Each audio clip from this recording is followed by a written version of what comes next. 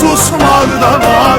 Danışdıqca gözlərin sənə qulaq asmaq da var. Yarın qoydun hər şeyi, sən demə qismətində hər şeyə qalib gəlib ölümə uduzmaq da var.